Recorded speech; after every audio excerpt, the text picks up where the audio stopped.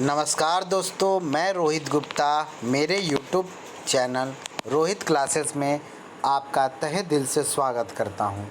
दोस्तों, हम जो है यहाँ चैप्टर नंबर 10 पढ़ रहे थे, जिसमें हम लोगों ने विजयनगर साम्राज्य के बारे में पढ़ा। ठीक है दोस्तों, तो विजयनगर साम्राज्य अभी पूरा नहीं हुआ था। ठीक है, तो वीडियो बहुत ज़्यादा लंबा होने के कारण जो है वो ऑटोमेटिक जो है वो कट जाता है। ठीक है दोस्तों, कोई नहीं दोस्तों, जहाँ से लास्ट में वीडियो कटा था हम लोग सेकंड पार्ट जो है विजयनगर साम्राज्य का लाए हैं, जिसमें वहीं से स्टार्ट करते हैं। ठीक है दोस्तों, तो हम लोग लास्ट टॉपिक पढ़ने से पहले, स्टार्ट करने से पहले दोस्तों, आप सभी लोगों से अनुरोध है कि प्लीज़ आप यूट्यूब के सेटिंग में जाके जो वीडियो का स्पीड है, जो कि आप लोगों को लगता है कि सर बहुत धीरे बोलते हैं, तो फिर प्लीज़ आप सभी लोग सेटिंग में जाके 1.5x से 2.0x के बीच में कर लें।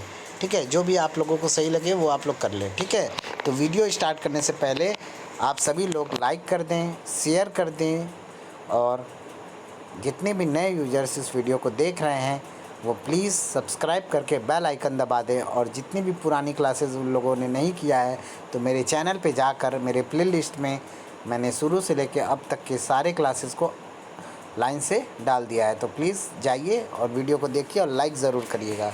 ठीक है दोस्तों, तो चलिए स्टार्ट करते हैं। हम लोगों ने लास्ट लाइन ये पढ़ा था, अनेक इतिहासकार विजयनगर को राज्य का महासंघ एवं युद्ध राज्य वॉर स्टेट बताते हैं। ठीक है, यहीं तक हम लोग लास्ट में पढ़े थे। आज जो है हम लोग कोशिश करेंगे इस वीडियो में, हालांकि इस वीडियो में ज़्यादा बड़ा तो नहीं होगा, लेकिन हम लोग कोशिश करेंगे कि आज विजयनगर साम्राज्य ख़त्म कर दे, ताकि उसके बाद जो है हम लोग बहमनी राज पढ़ें। ठीक है, चलिए स्टार्ट करते हैं। आगे, इतिहासकारों ने विजयनगर राज्य को हिंदू रूढ़िवादिता एवं परंपरा निष्ठा के गढ़ के रूप में परिभाषित किया है। नीलकंठ शास्त्री ने इसे युद्ध राज्य के निकटतम माना है। ठीक है, युद्ध राज्य के निकटतम माना है। बर्टन स्टाइन के अनुसार विजयनगर एक युद्ध राज्य था जिसने आद आनुवांशिकता का ही प्रदर्शन किया। बर्टन स्टाइन ने ही सर्वप्रथम मध्यकालीन दक्षिण भारतीय राज्य के संघर्ष में खंडीय राज्य की संकल्पना का प्रयोग किया था। आगे सैनिक संगठन देखते हैं। सेना को कंदाचार कहा जाता था। महासेनापति नायक सैन्य विभाग का महाप्रबंधक था। सैनिकों के प्रशिक्षण हेतु नियमित विद्यालय थे। सेना में मुसलमान एवं पुर्तगाली सैनिक भी थे। देवराय प्रथम ने मुसलमानों की वही देवराय द्वितीय ने 2000 तुर्क धनुर्धारियों की नियुक्ति की थी। कृष्ण देवराय को रायचूर दोआब के विरुद्ध सफलता में क्रिस्टोमाओ डी फिगिरेडो के अधीन पुर्तगाली सैनिकों की मदद मिली थी। विजयनगर की सैनिकों की संख्या निकोल कोंटी के अनुसार 90,000, अब्दुल रज्जाक के अनुसार 11 लाख कि 1,10,000 यहाँ होना चाहिए, 11 लाख। चलिए जो लिखा है पढ़ते हैं। शासक पहले मध्य एशिया के घोड़े उत्तर भारत से प्राप्त करते थे, परंतु बहमनी राज से संघर्ष में जब इसमें बाधा उत्पन्न हुई तब विजयनगर के शासक पुर्तगालियों से घोड़े की प्राप्ति करने लगे। ठीक है, विजयनगर के शासकों द्वारा आयातित वस्तुओं में घोड़े का सर्वाधिक महत्व था। ठीक है, देखिए ऊपर जो हम लोगों ने एक पॉइंट पढ़ा है, अब्दुल रज्जाक के अनुसार 11 लाख थी, तो इसको आप लोग जो है इसके पहले वाले वीडियो में जो मैंने स्टार्टिंग में ही पढ़ाया था सबके बारे में, तो उसमें अब्दुल रज्जाक का भी कथन है। आई थिंक हम लोगों ने पढ़ा था कि इनके अनुसार जो था 1,10,000 सेना थी। ठीक है, एक बार आप लोग देख लीजिएगा और प्लीज़ कमेंट कर दीजिएगा अगर होगा तो। ठीक है, बहुत बच्चों का रिवाइज़ भी हो जाएगा। चलिए आगे बढ़ते हैं। परंतु बहमनी राज से संघर्ष में जब इसमें बाधा उत्पन्न हुई तब विजयनगर के शासक जो थे वो पुर्तगालियों से घोड़े की प्राप्ति करने लगे। ठीक है, विजयनगर के शासकों द्वारा आयातित जो वस्तु, ये हम लोग पढ़ लिए थे। आयातित वस्तुओं में घोड़े का सर्वाधिक महत्व था। आगे विजयनगर नरेशों के जहाज़ मालदीव में बनते थे। आगे भी हम लोगों ने ये पॉइंट पढ़ा था। चलिए आगे, नौसेना का भी अस्तित्व था। ऐसा लगता है कि कृष्णदेव राय ने अन्य रायों के विपरीत नौसेना पर कम ही ध्यान दिया। वह ब्राह्मण सेनापतियों को किलों में नियुक्ति को बहुत महत्व देता था। युद्ध में सम्मान प्रदर्शित करने वालों को पैर में गंड पेद्र नाम का कड़ा पहनाया जाता था। अब्दुल रज्जाक के अनुसार सैनिकों को 4 माह का वेतन मिलता था। वेतन नगद एवं जागीर दोनों रूप में प्रदत्त होता था। ठीक है, सॉरी प्रदत्त होता था। हालांकि लगातार बोलने पर ना गला सूख जाता है, इसलिए खांसी वगैरह भी कभी कभी आ जाता है। ठीक है दोस्तों, चलिए इन सबको इग्नोर करिए, आगे पढ़ते हैं। न्याय व्यवस्था। न्यायालय की भाषा जो थी वो संस्कृत थी। समयाचार्य न्यायाधीश था।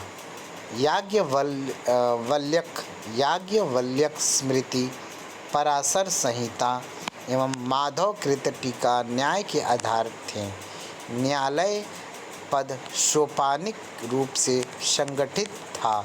शास्त्रीयता यानी राजा का न्यायालय, मुद्रिता यानी केंद्र द्वारा नियुक्त न्यायालय, चल सर्किल कोर्ट एवं प्रतिष्ठा ग्रामीण न्यायालय थे। ग्राम पंचायतें, जाति पंचायतें एवं श्रेणी संगठन भी थे। प्रांतपति एवं नायक अपने अपने क्षेत्र में न्याय कार्य संपादित करते थे। इसके अतिरिक्त विजयनगर के शासकों ने सुव्यवस्थित पुलिस प्रणाली की भी स्थापना की। पुलिस विभाग को कवलकार कहते थे।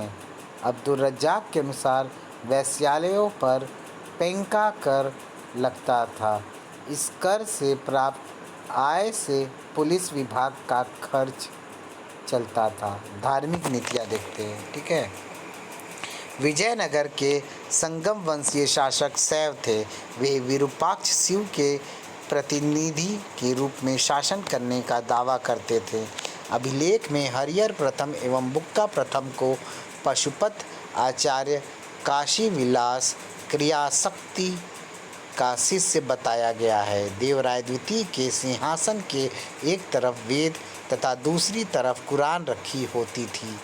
शालू वंशीय शासक वैष्णव धर्मानुयायी थे, परंतु वैष्णव धर्म को सर्वाधिक महत्व तुल्लु वंशीय शासकों के काल में मिला। कृष्णदेव राय ने विठोबा की पूजा पर बल दिया, लेकिन विरूपाक्ष मंदिर से प्राप्त उसके अभिलेख से यह भी स्पष्ट होता है कि उसकी शैव धर्म में भी गहरी आस्था थी। बारबोसा के अनुसार राजा की ओर से इतनी छूट थी कि सभी अपने अपने धर्मानुसार आचरण करते थे।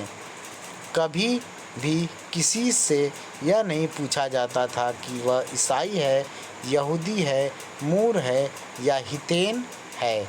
वस्तुतः विजयनगर राज्य का कोई राजकीय धर्म नहीं था। ठीक है, आगे, यद्यपि शासकों की व्यक्तिगत आस्था भिन्न भिन्न धर्मों में थी, विजयनगर के सभी शासक धर्म सहिष्णु थे। आगे सिक्के पढ़ते हैं, तो हम लोग सिक्के पढ़ने वाले हैं। ठीक है, हाँ, सिक्के पढ़ने से पहले हम आप सभी लोगों से एक प्रश्न पूछते हैं कि इसमें जो शब्द आ रहा है विठोबा शब्द का अर्थ क्या है। ठीक है, विठोबा की पूजा पर बल देते थे, तो विठोबा किसे कहा जाता है, आप लोग कमेंट में ज़रूर लिखिए। छोड़िए कमेंट में आप लोग क्या लिखेंगे, मैं ही बता देता हूँ। विठोबा जो थे ना, वो भगवान कृष्ण थे या भगवान विष्णु थे ना, उनके अवतार को ही कहा जाता है विठोबा। ठीक है, उन्हीं के पूजा की जाती थी। ठीक, चलिए आगे बढ़ते हैं। सिक्के टकसाल जोराख खाना में बनते थे। ठीक है, टकसाल को ही जोराख खाना बोला जाता था। अब्दुल रज़ाक ने विजयनगर में 3 प्रकार के सिक्कों का उल्लेख किया है। पहला, वराह। विजयनगर का सर्वाधिक प्रसिद्ध स्वर्ण सिक्का वराह 52 ग्रेन था, ठीक है, मतलब 52 ग्रेन का था। इसे राष्ट्रीय सिक्के के रूप में मान्यता प्राप्त थी। वाराह नाम संभवतः चालुक्य मुकुट पर बने सुअर यानी वराह से लिया गया था। इसे ही हुंड पोन परदास यानी पगोड़ा कहा गया है, ठीक है। दोस्तों, एक बात और है, वीडियो में किसी भी वीडियो में अगर आप लोगों को कोई वर्ड ऐसा टफ लगता है जिसका अर्थ आप लोगों को नहीं पता है और आप पूछना चाहते हैं, तो प्लीज़ जितने लोग वीडियो देख रहे हैं आप सभी लोगों से अनुरोध है कि वो इधर उधर ना जाएं। आप कमेंट बॉक्स में कमेंट कर दें कि हाँ सर, हमें ये वर्ड जो है ये नहीं आ रहा है, आप इसका अर्थ बता दीजिए, ठीक है। तो मैं हालांकि मैं कमेंट देखता हूँ, मैं देखूँगा भी, जिसका भी कमेंट आया होगा मैं उसको रिप्लाई भी करूँगा, ठीक है। दोस्तों, चलिए आगे बढ़ते हैं। प्रताप एवं फनम, प्रताप एवं फनम। आगे, ये दोनों भी स्वर्ण सिक्के थे, ठीक है। प्रणम जो थे, प्रणम, वो भी एक स्वर्ण सिक्के का प्रकार था। प्रताप एवं परतब, प्रताप या परतब वरा का आधा तथा फोनम, जिसको फोनम बोलते थे, फोनम या फनम वरा का तीसरे या 10वें हिस्से के बराबर होते थे, ठीक है। आगे, फनम जो है माणजाड़ी सिक्के के समान और सबसे अधिक उपयोगी सिक्का होता था। मांजाड़ी सिक्के के समान और सबसे अधिक उपयोगी सिक्का होता था। कौन? फनम, ठीक है। आगे देखते हैं, तार यानी तारे। चांदी का सिक्का था, ये भी सिक्के का प्रकार था। तार चांदी का सिक्का हुआ करता था, उसको तार बोलते थे। और प्रताप एवं फनम जो था वो सोने का सिक्का था, ठीक है। आगे देखते हैं, चांदी का सिक्का था 60 तार यानी 1 वरा के बराबर होता था, ठीक है। धौर हरे चांदी का सिक्का था। धौर हरे भी एक प्रकार का चांदी का सिक्का था।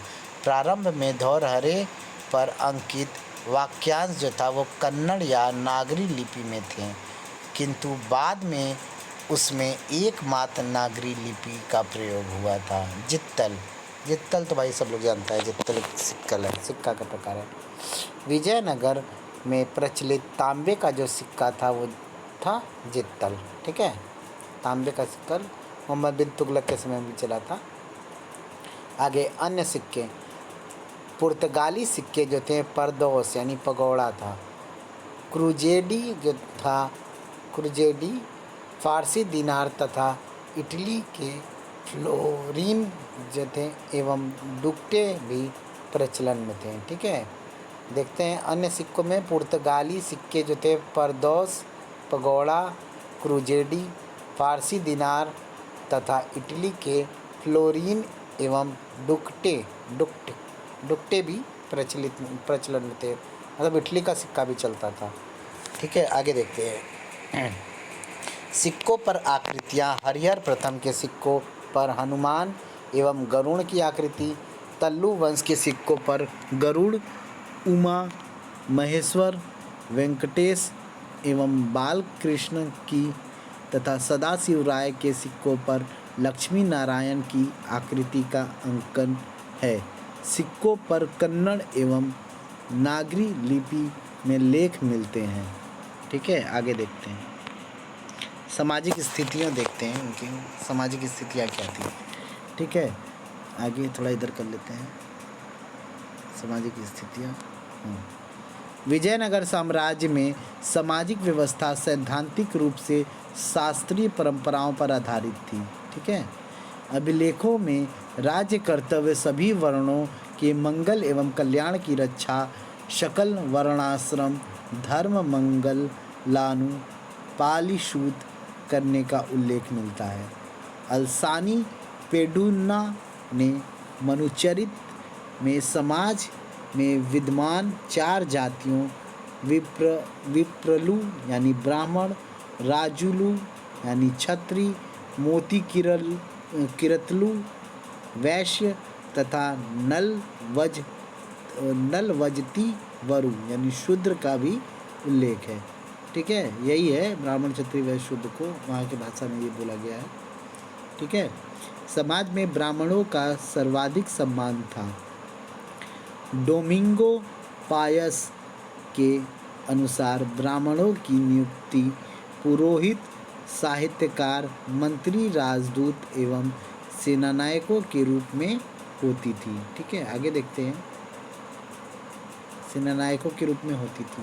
बारबोसा के अनुसार राजा क्षत्रिय परिवार से आते थे।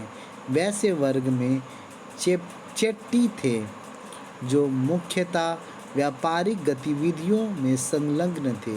श्रमिक वर्ग के लोगों को शूद्र के अंतर्गत रखा गया था।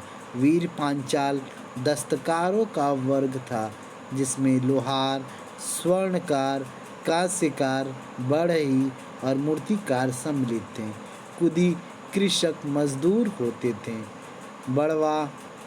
बड़वा उत्तर से दक्षिण आकर निवास करने वालों का समूह था। ठीक है, बड़वा जो था वो उत्तर से दक्षिण आकर निवास करने वालों का एक गुट था, समूह था। आगे निकोल कोंटी के अनुसार समाज में दास प्रथा का प्रचलन था।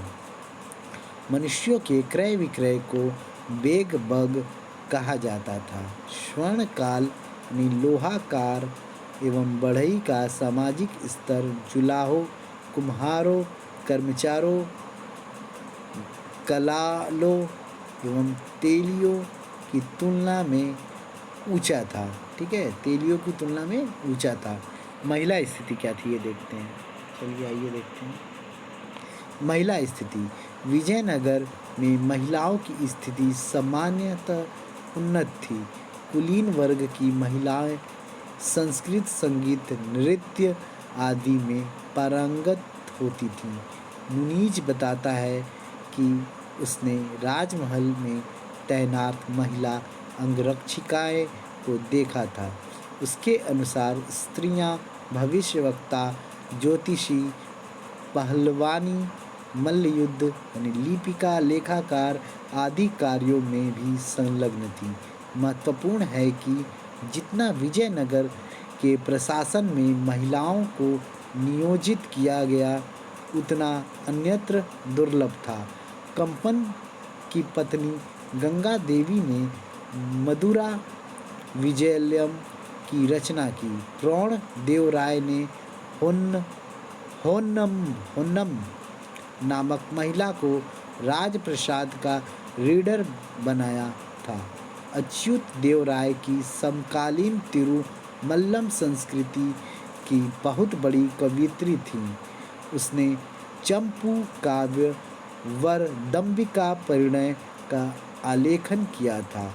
अकुलीन वर्ग की महिलाएं विभिन्न व्यवसायों एवं हस्तकला में प्रवीण होती थीं। ठीक है, आगे हम गणिकाओं के बारे में पढ़ेंगे। चलिए देखते हैं। गणिकाएं, इनका भी समाज में विशाल वर्ग था। इनके दो वर्ग थे, एक मंदिर में सेवारत देवदासी तथा दूसरी स्वतंत्र रूप से जीवन यापन करने वाली गणिकाएं होती थी। अधिकांश गणिकाएं धनान्य एवं विशेषाधिकार प्राप्त होती थी।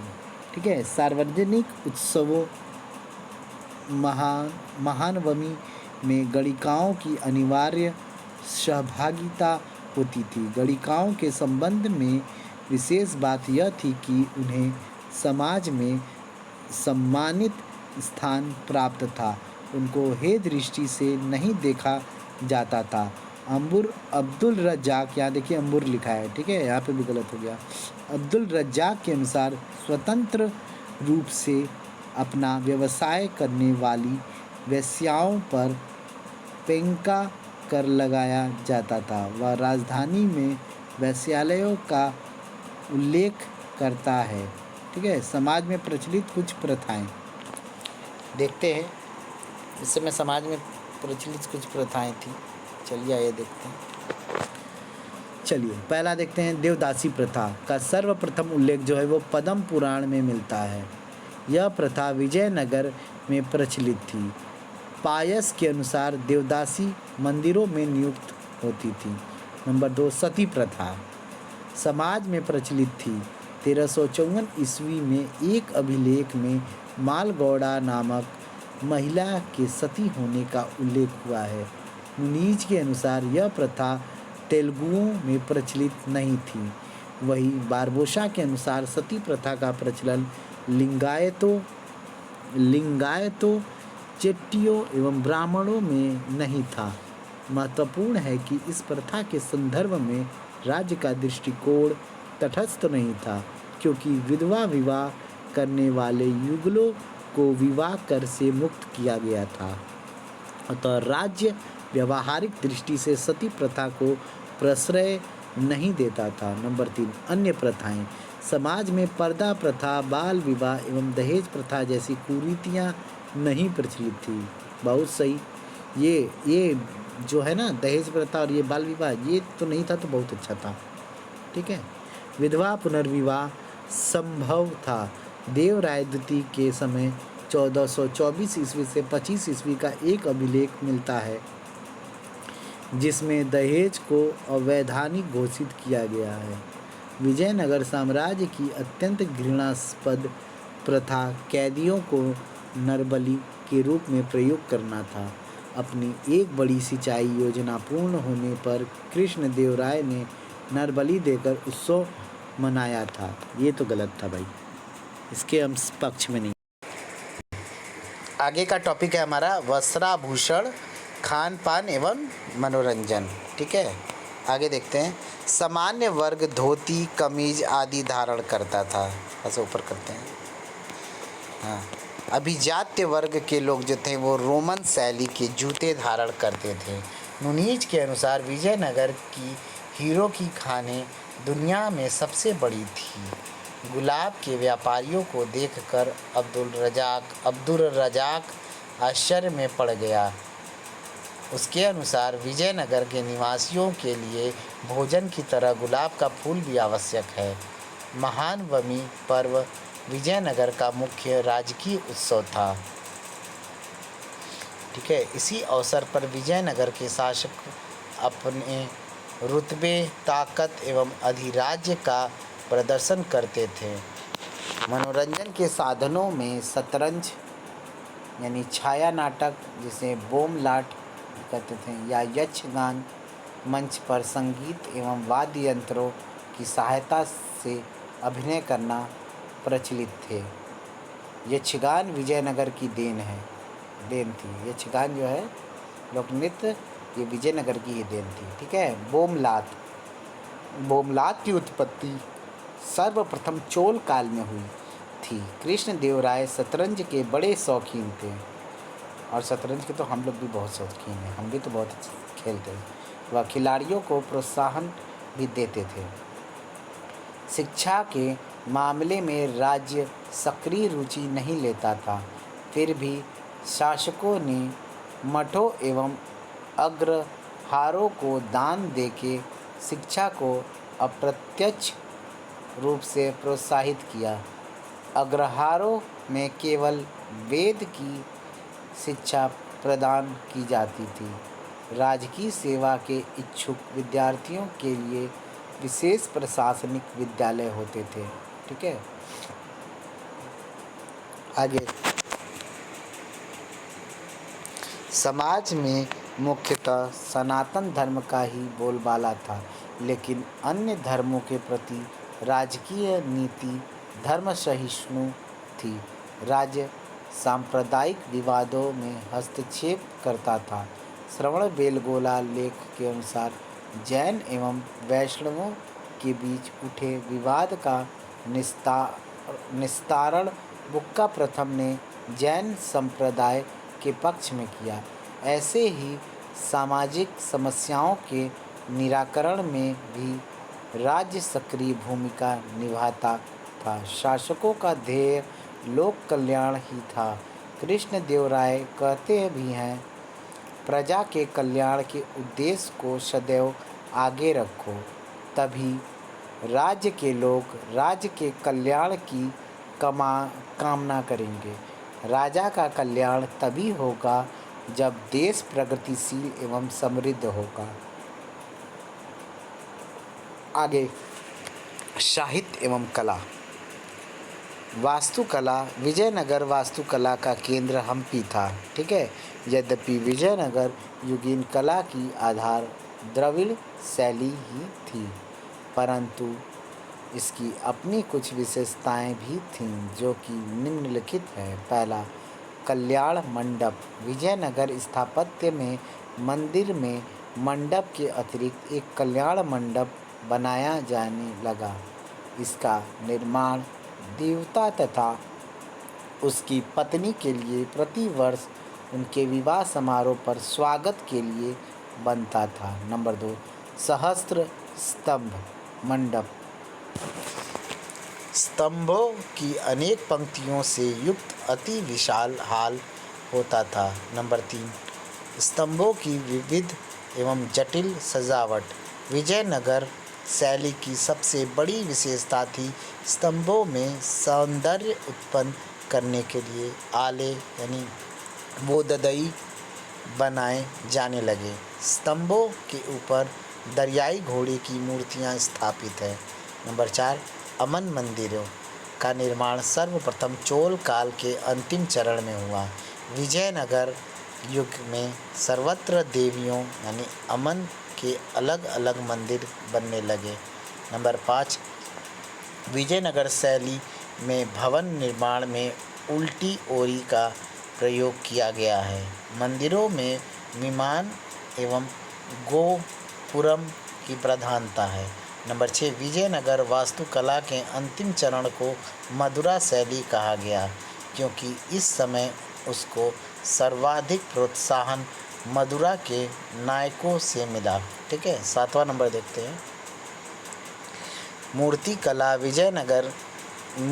विजयनगर से संबंधित कांस्य मूर्तियाँ तिरुपति मंदिर से प्राप्त होती हैं। इसमें कृष्ण देव राय एवं उनकी पत्नियां यानी तिरुमल एवं चिंता देवी तथा वेंकट प्रथम आदि की मूर्तियां हैं। प्रमुख स्थापत्य। लोटस महल, विट्ठल स्वामी मंदिर, चिदंबरम मंदिर, हजार राम मंदिर, हस्तिशाला, मीनार दव्य मतलब वॉचिंग टावर जिसे बोलते हैं। स्तंभ कक्ष यानी हॉल ऑफ 100 पिलर्स, स्तंभ कक्ष जिसे हॉल ऑफ 100 पिलर भी बोलता था।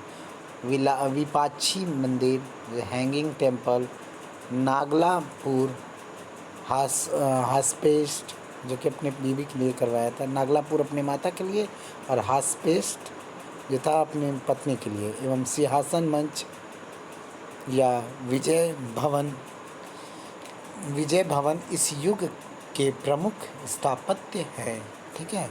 आगे देखते हैं। आगे विजयनगर के सभी मंदिरों में विट्ठल स्वामी मंदिर सर्वश्रेष्ठ एवं सर्वोत्तम अलंकृत है। इस मंदिर में विठोबा यानी विष्णु आ गया ना, जो मैंने अभी बताया था कुछ देर पहले, विठोबा विष्णु भगवान को समर्पित या कृष्ण जी को, तो यही था। विठोबा यानी विष्णु की प्रतिमा स्थापित है। यह मंदिर देवराय द्वितीय या कृष्ण देव राय किसके काल में बनना शुरू हुआ यह स्पष्ट नहीं है, लेकिन विट्ठल स्वामी मंदिर का निर्माण कभी भी पूर्ण रूप से नहीं हो सका। ठीक है। आगे देखते हैं। चिदंबर मंदिर का निर्माण जो है वो कृष्ण देव राय ने किया था। उसने इसके निर्माण हेतु 10,000 पौंड राजस्व का दान दिया था। हजार राम मंदिर का जो निर्माता है संभवतः कृष्ण देव राय ही था। इस मंदिर की भीतरी दीवारों पर रामायण के दृश्य अंकित हैं। लिपाक्षी मंदिर में नंदी की सबसे बड़ी एकास्मक मूर्ति स्थापित है। संगीत एवं चित्रकला देखते हैं इसके समय में। इस युग में संगीत क्षेत्र में असाधारण विकास देखा गया। विट्ठल स्वामी मंदिर को इतनी उच्च तकनीक पर बनाया गया है कि उसके खंभों पर चोट करने से भारतीय संगीत के 7 सुर बजने लगते हैं। शासक कृष्ण देव राय एवं संरक्षक रीजेंट राम राय संगीत में प्रवीण थे। कृष्णदेव राय जो कि स्वयं अच्छा कवि एवं संगीतज्ञ थे के दरबारी संगीतज्ञ लक्ष्मी नारायण ने संगीत सूर्योदय लिखा है। संगीत सूर्योदय लिखा। उसने इसे कविता प्रवीण्य फंडीस काव्य रचना में दक्ष एवं रसज्ञ कहकर संबोधित किया है। इसी समय रामामात्य ने स्वरमेव कलानिधि की रचना की। रामामात्य ने स्वरमेव कलानिधि की रचना की है। ठीक है। विपाक्षी मंदिर से विजयनगर युगीन चित्रकला के साक्ष्य मिलते हैं। यही कारण है कि विजयनगर की चित्रकला को लिपाक्षी कला भी कहा गया। अब्दुर रज़ाक ने विजयनगर से चित्रशालाएँ खरीदी थीं, जो कि उसके महत्व को दर्शाता है। संस्कृत साहित्य देखते हैं। विजयनगर युग में उच्च साहित्य एवं अभिजात्य वर्ग की भाषा संस्कृत थी। माधवाचार्य ने सर्वदर्शन संग्रह तथा सायन में सुधा निधि की रचना की। राजकाल निर्णय में विद्यारण्य ने विजयनगर के शासकों का इतिहास इसके स्थापना के समय में दिया है। पराशर स्मृति पर माधव ने टीका लिखा। विरूपाक्ष ने नारायण विलास एवं उन्मत्त राघव की रचना की। शासक कृष्णदेव राय ने संस्कृत के कुल 5 कृतियों की रचना की थी। इसके दरबारी दिवाकर ने भारतामृत का आलेखन किया। इसी के शासन काल में वायसराय ने तात्पर्य चंद्रिका व्यासराय ने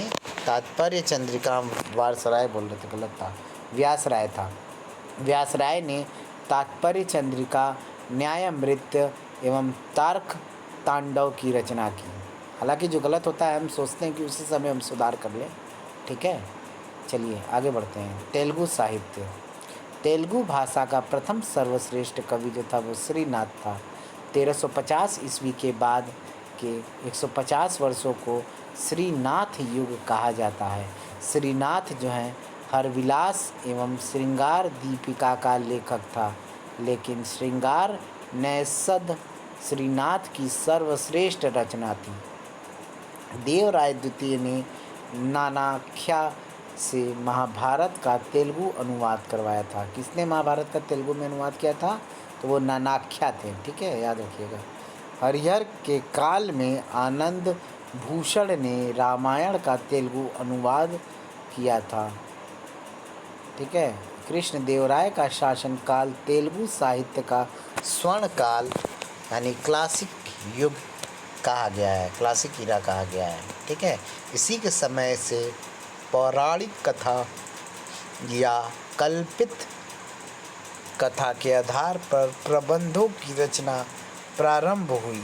इसके दरबार में 8 तेलुगु कवि थे जिनको अष्टदिग्गज कहा गया। तेलुगु साहित्य के 5 महाकाव्य निम्नलिखित हैं। पहला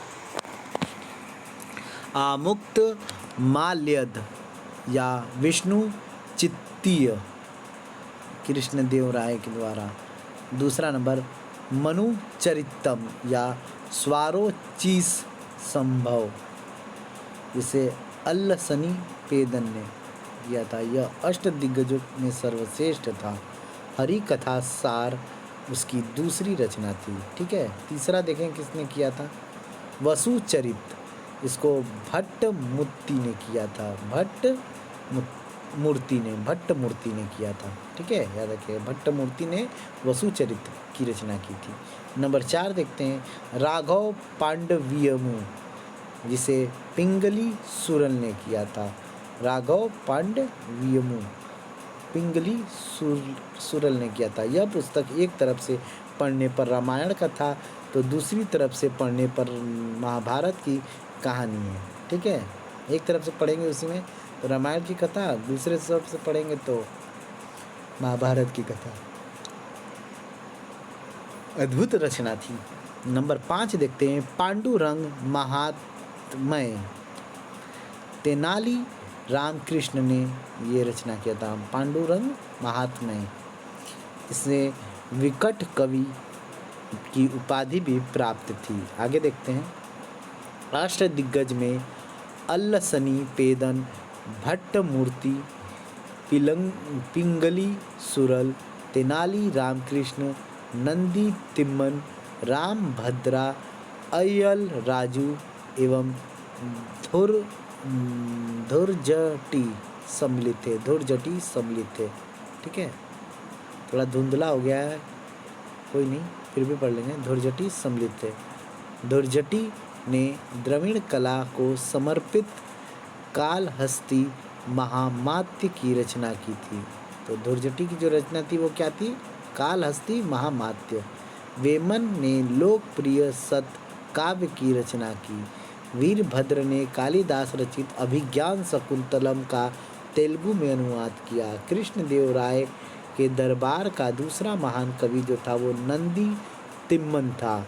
उसने परिजात हरण की रचना की। परिजात हरण की रचना किसने किया था? नंदी तिम्मन ने। ठीक है, जिसने श्री कृष्ण के जीवन की प्रसिद्ध घटना का पद में संकलन हुआ था। मादेगरी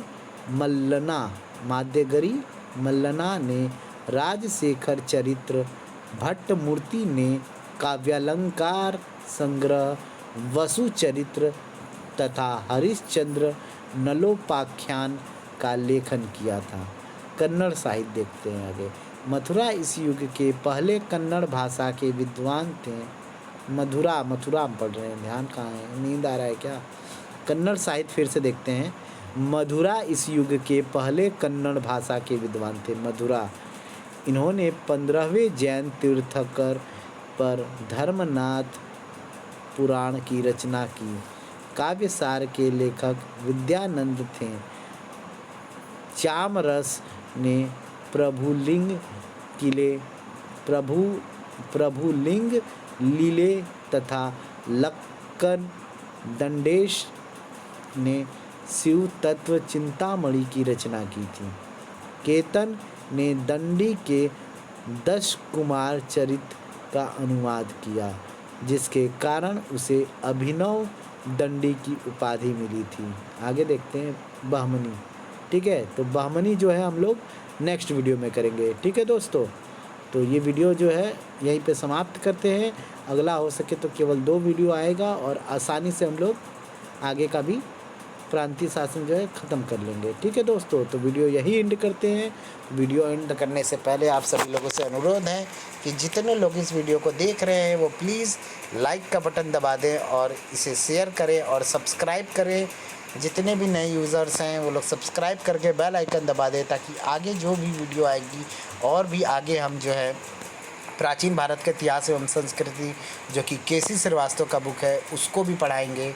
ठीक है, और उसके पश्चात हम लोग मॉडर्न में आप लोग डिसाइड करिएगा कि कौन सी पुस्तक को पढ़ाएं। ठीक है, और वर्ल्ड हिस्ट्री में जो है हम लोग अभी आर्य कंपटीशन टाइम की एक बहुत अच्छी सी शॉर्ट नोट टाइप की बुक है उसको पढ़ेंगे। फिर उसके बाद जो है जैन माथुर का बुक कोशिश करेंगे, बाद में टाइम मिले तो पढ़ा देंगे। ठीक है दोस्तों, तो वीडियो को यहीं एंड करते हैं, मिलते हैं नेक्स्ट वीडियो में। थैंक यू सो मच दोस्तों वीडियो को देखने के लिए। थैंक यू, बाय बाय, मिलते हैं नेक्स्ट।